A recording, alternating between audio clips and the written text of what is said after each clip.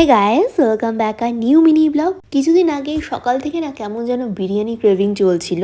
যেমন ভাবনা সেরকমই কাজ। ভাবা মাত্রই বিকেলে আমি পৌঁছে গেলাম ব্যারাকপুরে।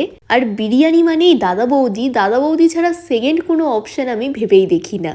আর বিরিয়ানি নিয়ে ডায়েটের কথা চিন্তা করাও পাপ। আর সত্যি কথা বলতে এখন আমি ডায়েটে ডিও করছি না, যা মনে আছে মন খুলে খাওয়া দাওয়া করছি। ডায়েট ফাইট সব পরে দেখা যাবে।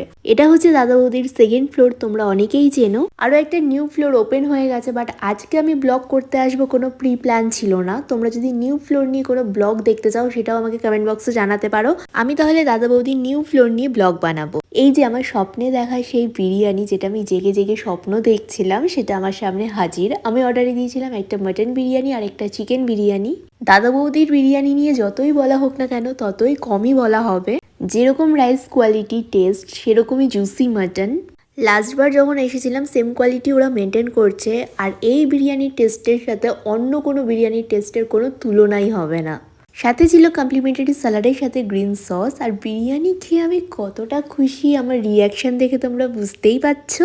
তোমরা কারা কারা বিরিয়ানি লাভার রয়েছো এখনই কমেন্ট করো। স্পেশালি দাদা বৌদির বিরিয়ানি খেতে তোমরা কারা কারা পছন্দ করো অবশ্যই কিন্তু আমাকে জানিও। তাহলে চলো আজকের জন্য টাটা, দেখা হচ্ছে আবার নেক্সট ব্লগে। Bye bye.